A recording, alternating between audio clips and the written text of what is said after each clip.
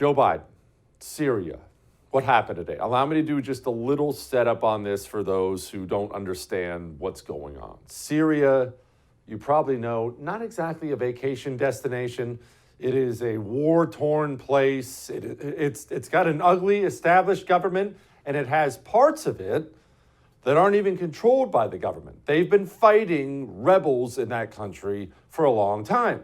Maybe as an American, you're sitting there saying, yeah, rebels, fight against the government. Hold on that. The rebels oftentimes are Al-Qaeda. Sometimes they're ISIS.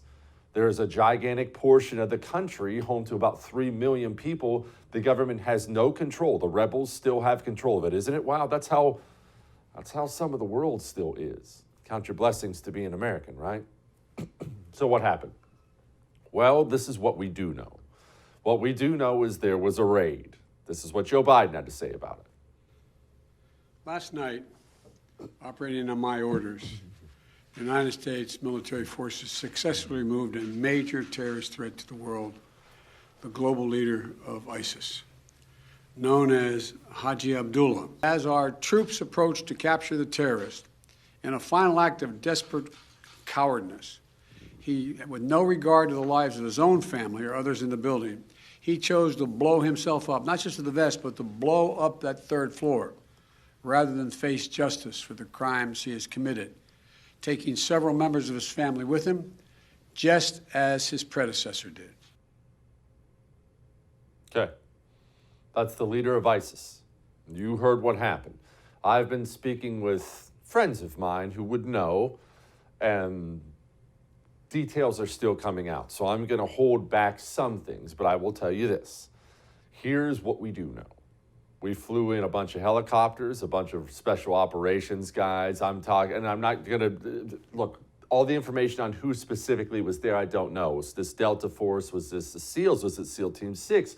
Was it some Rangers involved? There usually are, or Green Berets. Let's just hold off on all that. We flew in helos. We had drones available. This was a major operation. We had apparently known, or thought we knew, that this guy was in this compound for quite some time. We'd known about it for so long that we had mock-ups built of the building, so our guys knew what to do, where to go, where to turn when we went inside. That's the situation on the ground.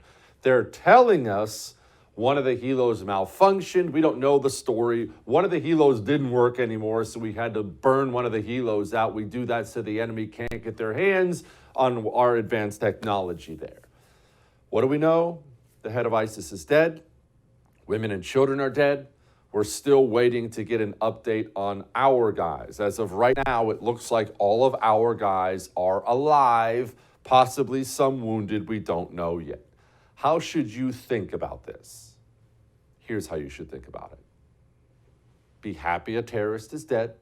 Look, anytime you take out the leader of ISIS, that's a good thing. Anytime you take out the leader of ISIS, that's a good thing. 1. 2, be happy all of our guys are alive. That is another good thing, obviously. Don't have to tell you that. The women and children part of it. Did he blow them up?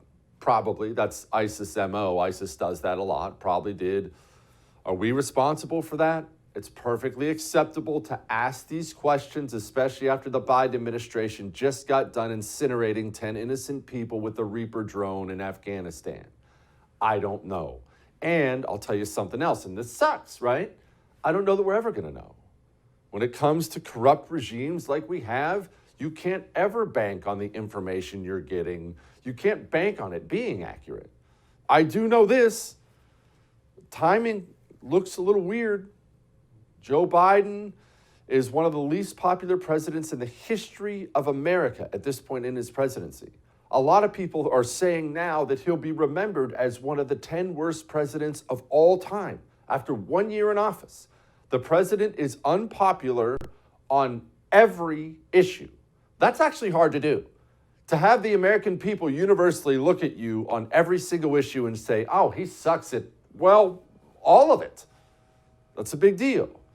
And, as we've talked about before, presidents, kings, dictators, I don't care, pick your name for any person who leads a government throughout history, they have historically done military things on foreign soil to raise their approval numbers.